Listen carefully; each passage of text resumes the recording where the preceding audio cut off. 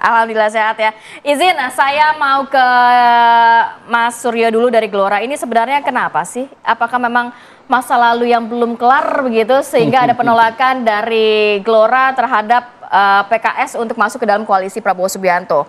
Apa yang menjadi concern sebenarnya?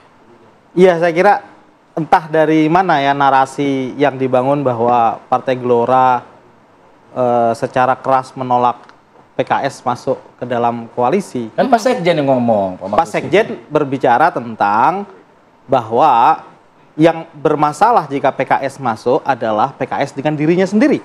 Bukan dengan Partai Gelora. Bukan dengan partai koalisi yang lain. Jadi bukan menolak tapi mengingatkan. Karena selama ini kita lihat ada begitu banyak ide-ide besar Pak Prabowo yang secara tegas ditolak oleh PKS. Terutama asas keberlangsungan dan keberlanjutan. Narasi-narasi PKS bahkan sampai hari ini, saya ini jubir TKN Prabowo Gibran, hari-hari itu berhadapan dengan stereotip negatif yang dilabeli oleh PKS terhadap Mas Gibran, terutama sebagai anak haram konstitusi, itu nggak selesai-selesai. Masih ada sampai sekarang? Masih ada sampai sekarang.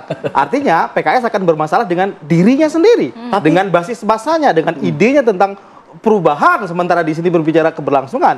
Tetapi bahwa terkait Partai Gelora menolak PKS bergabung itu saya kira narasi yang keliru. Bukan porsi Partai Gelora berhak untuk berbicara tentang siapa yang akan ditunjuk oleh Pak Presiden di dalam pembentukan pemerintahannya. Itu murni prerogatif Presiden. Tapi kenapa hanya PKS yang diingatkan? Kan ada Nasdem juga, ada PKB juga yang sudah duluan malah. Enggak, karena teman-teman media bertanya tentang sikap PKS kepada Gelora. Karena ada Gelora merespon. Pertanyaannya baru itu. Iya. Oke, kalau Nasdem PKB gimana? Coba sekarang. Ya, sekali lagi kalau urusan pembentukan kabinet itu murni prerogatif Presiden. Gelora hanya akan mengawal presidensialisme. Apa sih garis bawah daripada presidensialisme itu? Bahwa siapapun entitas politik yang masuk ke dalam pemerintahan tidak boleh ngebergen, tidak boleh punya standar gada. Seluruh kekuasaan itu penuh di tangan Pak Presiden. Tidak dalam rangka men-trade off kepentingan politik apapun.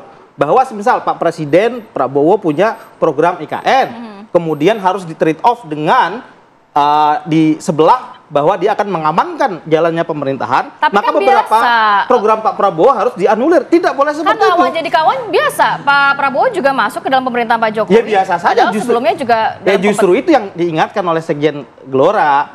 Semisal labeling yang dilakukan oleh PKS selama ini bahwa Pak Prabowo berkhianat ketika rekonsiliasi dengan Pak Jokowi, itu disebut berkhianat kok.